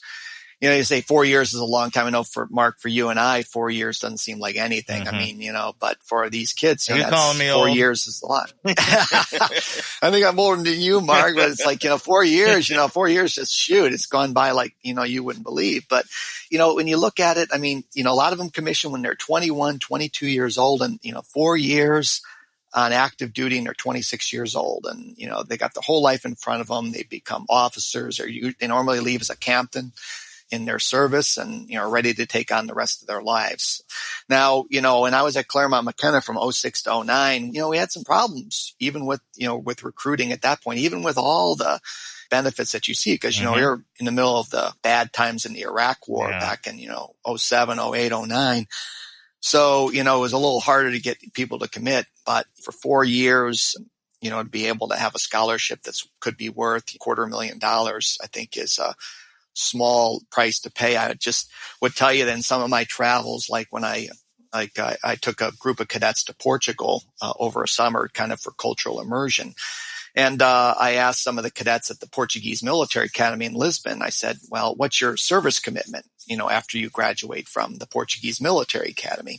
And they kind of looked at me a little strangely and they didn't get my question. They said, well, if they give us this 4-year education, if the Portuguese give us these 4-year education to the military academy, we're in for a career. So that's almost, standard. So other countries find it very strange that we only have a 4-year commitment to our, for such a generous, scholarship. But in any event, it's 4 years service in the military. And, that may also be a little bit more if, like, for example, for Air Force, if you go to pilot training, they usually tack on some years there. But for the most part, it's a 4-year service commitment. Now, you mentioned Guard and Reserve earlier, like active duty versus Guard and Reserve. Can you tell our listeners what Guard and Reserve is? Sure. Yeah. The active duty obviously is where you're full time doing this job day in and day out. So that's active duty. The Guard or the Army National Guard, Air National Guard, for example, or the Army Reserve or the Air Force Reserve are people that have a job on the outside. So they would have a regular civilian job. And then on the weekends, 1 weekend a month, they would do their Guard or Reserve drill at a local armory or local base that's near their home. And then they would do 2 to 3 weeks sometime during the year where they do like what's called annual training. So the total amount of time for the year would be, say a month total during the year that they would do their training. And then obviously, if there's a serious situation such as, a natural disaster or a war where the Guard and Reserve is called up to active duty and may then serve full time, for a period of time. But the Guard and Reserve is basically a part-time soldier, sailor, airman, or Marine. Got it. Nice. Next week in the news, we'll continue into the final part of how to fix college admissions. And we'll be in chapter 106 of 171 answers. And we're discussing what happens when a parent refuses to complete the FAFSA. And next week's question is from a mom who wants to be certain that schools don't know where else her child is applying. And Mark wraps up his interview with Lieutenant Colonel Rob Kirkland and the final part of what you need to know about the ROTC scholarship. And next week's college spotlight will be on the University of North Carolina, Asheville. And next week will be our start of year 3. It's our kickoff. And we have a big announcement. So excited about that. But friends, we are going to California for the 4th time I know we've been there more than any other state, but it's our biggest state. We did college spotlights on Stanford, Occidental, and the University of San Francisco. And this week we are looking at Santa Clara University. Santa Clara University. So Santa Clara is a suburb of San Jose, has 130,000 people. It's 38 miles southeast of San Francisco. So it's in the Silicon Valley. We all know the Silicon Valley, the heart of tech and the heart of entrepreneurship. And that infuses itself into the culture of the school. Santa Clara is also the place where the San Francisco 49ers play. Did you know that, Anika? Mm-mm. San Francisco. I didn't know it either before I read this. Good. I don't feel so bad this time. I lived in Daly City very briefly, which is California, and I made it to Candlestick Park when I was there to see the Giants play, but I never got to the 49ers. Anyway, so Santa Clara University, founded in 1851. It is the oldest operating institution of higher learning in California. So it's the oldest school in California. So they have 6 colleges, the School of Arts and Sciences, the School of Education and Counseling and Psychology, the Levy School of Business, the School of Engineering, and the Jesuit School of Theology and the School of Law. Santa Clara has some famous alum, founded NVIDIA, Farmers Insurance, and created JavaScript. That's all Santa Clara alum. And the 2 most recent governors of California both went to Santa Clara. Santa Clara is known as the Broncos. Okay, they play in the West Coast Conference. And most recently, they've been a powerhouse in men and women's soccer. But they've also gone on to produce 40 players in the NFL, 58 in Major League Baseball, 12 in the NBA, and 13 gold medalists. Now, before 1985, they were actually known as the University of Santa Clara. But the initials for University of Santa Clara are what? USC. And it just became so confusing because there's another USC one I'm going to do another spotlight on. When I do a spotlight, I've recently met with the admission office or I've visited the school recently. So in this case, I was out in the Silicon Valley and I've also met with their admission officer last month as well. So not to get sidetracked. So because they are so confused with USC, in 1985, they changed their name from the University of Santa Clara to Santa Clara University. And it has been that way now ever since then. 106 acres, so it's a pretty tight campus. A lot of Jesuits settled in that area of California. So when we profiled San Francisco, that's also a Jesuit school. And another well-known California school, Loyola Marymount, is Jesuit. And a big athletic rival in the same conference for Santa Clara is Gonzaga. These are also Jesuit schools. Any idea, Anika, what Jesuit schools are known for? I was just about, with my mind, I was like, I want to ask Mark what Jesuit. So let me just go ahead and say no. Please tell us. Yeah. So Jesuit schools, they're known for a complete education, a focus on the whole person, mind, body, soul, a lot of rigor to challenge you in your mind, in your body, in your soul. But they're also really known for preparing students to basically help the world, to have humane instincts and be involved in making this world better. And they're very much committed to helping the poor and the least of these. And so there's strong emphasis on community service and getting out. And it's to the point where everybody, anytime I ever meet someone that goes to a Jesuit school, they really do have this compassion and passion for helping others. Do you know who Chris Hayes is on MSNBC, Anika? Oh, actually, I do. I just learned about him the other day. I do. Wait. Is he a sportscaster? No. Oh, no. Just when I was, you were doing so well. Never mind. MSNBC, not NBC. Oh. So he's on political. He has his own political show. I follow politics. Okay, never mind. Sorry. So anyway, many of our listeners will know who Chris Hayes is.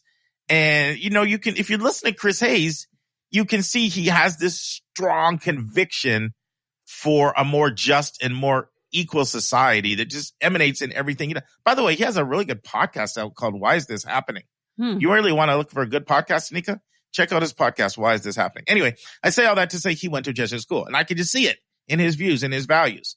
So that's really the core of what they do. So They bring a lot of creativity to solving real world problems, but they do it in a sort of intellectually rigorous, challenging environment that also focuses on developing mind, body, and soul. And it's, of course, rooted in the Catholic tradition. Was that helpful or not on Jesuit? No, it is. Pretty clear. All right, cool. So back to Santa Clara, they have a breathtaking campus, gorgeous campus, palm trees, olive trees, rose gardens, lush green lawns, and the traditional Spanish architecture that you get in so many of the California schools that you visit. It's just part of the California culture, that Spanish architecture. And guess what their nickname is, Anika? This is such a cool, this is like slang nickname. I think this is brilliant, especially because the place is gorgeous. I can't even begin to guess. Claradise instead of paradise. Oh, isn't that cool? Isn't that cute? Claradise. I love it. Claradise. So it can be quite posh. A lot of rich kids here. The whole Silicon Valley, it's just dripping with money, right? And 50% private kids from high school, 50% public, 57% of the kids from California, 40% are Catholic. They're not as generous when it comes to need-based money as some of the wealthier schools. They do have a $1 billion endowment, which is nice. But, billion's not like 11 billion like Northwestern. So they can't meet full demonstrated calculated need on a need-based assessment. So it can be tough for a kid, under-resourced kids that doesn't have means to be able to afford the school. They do have the Johnson Scholarship Program, which is a merit-based program that can really help close the gap if you get that. That Johnson Scholarship can be pretty generous, but they only give about 10 of those away a year. That's a little bit on their money. Now, they were all men when they were founded. They started admitting women in 1961. One of the things that they're proud on is they have the top 1% of salaries after graduation. So they're kicking out some people making a lot of money. Of course, the Silicon Valley, you kind of need to make that money to live there, by the way. Right. When I was out there, Anika, they said that if you make under $130,000, then they consider you to be poor. Because it's so expensive. Like, that's kind of what you need. Just like 130,000 in the Silicon Valley is probably like, 55 in Atlanta, right? Mm-hmm. So it's a difference. Or North Carolina. They got the $15 gallon of milk like Hawaii. Oh, not quite, but they do have a high minimum wage out there. They have to. Right. Wow, I hope so. Even on the campus. Yeah. Yeah. Now, I want to read the mission statement and see what pops for you. Okay. Santa Clara University will educate citizens and leaders of competence, conscience, compassion, and cultivate knowledge and faith to build a more humane, just, and sustainable world. Anything, Pop? Well, the compassion goes back to the Jesuit practices or theory or beliefs, whatever you want to call it. So now you're an expert on Jesuit theology that fast? Yes, I am. 10-minute tutorial. I'm just having fun that's the pop. That's the pop. Yes, exactly. You just see the focus on, really the turning the tide stuff, right? The character stuff we talked about earlier today. So a little more, 5,500 graduates, but they're planning on expanding to 6,000. That's something that a lot of people don't know. I don't think that's anywhere in any literature or anything, but they are looking at growing the school, adding 500 more undergrads. They have another 3,100 grad students. They're on the quarter system, so they move fast. 95% retention rate, which is really high from first to second year. 86% four-year graduation rate, Anika, which we know that's super high. Mm-hmm. One of the highest in the country. So, yeah, almost 90% of kids are coming out in 4 years with degrees. Wow. Very strong school for internships. 80% of kids get internships. They've got an acceptance rate of 54%. About 10% of kids are getting under 600 on the SAT, with most of them, about half of the others in the 600s, the other half in the 700s. And the ACT profile is a 28 to a 32 is the mid-range there. 44% of the classes have 19 or under. 74% have 29 or under. Very expensive school, though. It's not the 80,000, but it's around $75K to go to Santa Clara University. And while they're right in Stanford's background, they overlap more with Loyola Marymount, UC Davis, UC Irvine, UC University of San Francisco, even Berkeley. And another thing they're known for, they do have a core curriculum. So you have to take a bunch of classes in what they call foundations, which deal with things like critical thinking, writing, cultures, second language, religion, and theology. Then they take a bunch of classes in what they call exploration, which are things like ethics, civil engagement, diversity, social science, cultures. And then they also have a bunch of classes you have to take in what they call integrations. Integrated learning, like advanced writing, experiential learning, that kind of thing. So last few things on Santa Clara, and then I'll get your thoughts. As far as diversity goes, 51.6% white, 16.7% Asian, 18.5% Latino, 3.4% Black, 7.3% multiracial. Once again, that's California. California is mostly white, Asian, and Latino. So that's what you see in the diversity there. And then international is 3.9%. 56% of students live on campus. They are a Common App school. They put a huge emphasis on essays. And I'll tell you what some of their strongest programs are. Their Levy School of Business, especially finance, really strong. Economics is strong. Marketing is strong. Accounting is strong. Computer engineering, strong. Biomedical engineering, strong. Environmental studies, public health, speech communication, and rhetoric. Those would be their strongest programs. And they have amazing internships, high-paying jobs, and they also have a really good study abroad. What are your thoughts, Anika? Well, for anybody that heard me grumble when you said there was a bunch of rich kids out there, I'm sorry. I didn't mean to grumble like that. I know rich kids have to learn too. But I heard it when I did it. Did you notice that, Mark? No, but I know how you think. And I mean, it's not just rich. I mean, I don't look at rich in a negative way. I think it's... Yeah, and that's my point too. It's like I don't either, but I don't know. It's kind of like a reflex. So I apologize for that. Yeah, you got a little bit of anti-richness in you. I've noticed that before. So, but you're trying to aspire to that for your own family. Right? So, like exactly. That's one of the things people say. People criticize rich people, but then they're aspiring to be rich themselves. Exactly. I will go ahead and own that. So, no, but outside of that, it sounds great. I mean, I've never been in California, as you know. So you know what, Anika? If I have to buy you a ticket, you're going to California. Okay. I'm serious. You got to get. Maybe I can get you on this tour with me. She's my podcast co-host. Please. No, I don't think I can handle that type of trip. But yeah, no, it sounds great. I mean, that graduation rate is off the charts. I mean, that's fantastic. You know, one thing, I haven't said this that much before, but I'm kind of a sucker for a gorgeous campus. Like, it really is like Claradise. You know what I mean? Like, it's just so pretty. But they do have some really good programs. Well, what I love is they're really doing a lot of the Making Caring Common project. Like, they are producing citizens who, are change makers. And by the way, I really like their admissions director. He's just really, really good guy, by the way. Played basketball in college. He's so in shape, man. He's one of those people when you know how I joke around with you, flat belly Anika? Man, when I'm around him, gee, goodness, I feel like I got to go, hit the gym and diet. And he's just like completely ripped, no body fat. Well, I'm sure yours is more accurate of his. Anyway, check out Santa Clara University. It's hopping.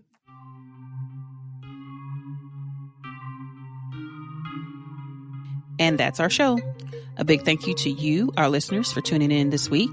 And if you found this podcast helpful, it would help us tremendously if you would subscribe and write us a review on your favorite podcast listening station. And please be sure to click the share button and send this to someone you know that could really use this information. Your College Bound Kid is produced by John Lockenbaugh.